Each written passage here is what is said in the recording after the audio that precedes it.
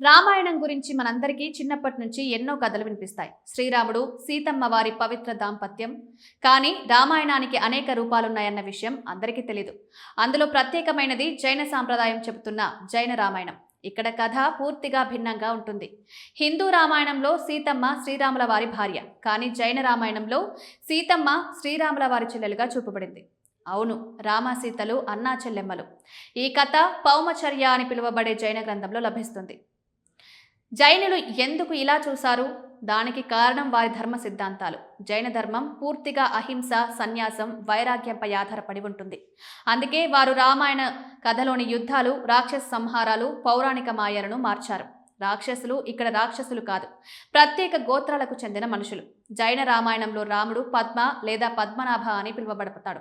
అతను శూరవీరుడు, ధర్మవంతుడు, కానీ చివరికి సన్యాసం స్వీకరించే మహాత్ముడిగా చూపబడతాడు. సీతమ్మను భార్యగా చూపిస్తే ఈ సన్యాస సిద్ధాంతానికి విరుద్ధమవుతుంది. అందుకే వారు రామ సీత సంబంధాన్ని అన్నా చెల్లెమ్మలుగా మార్చారు.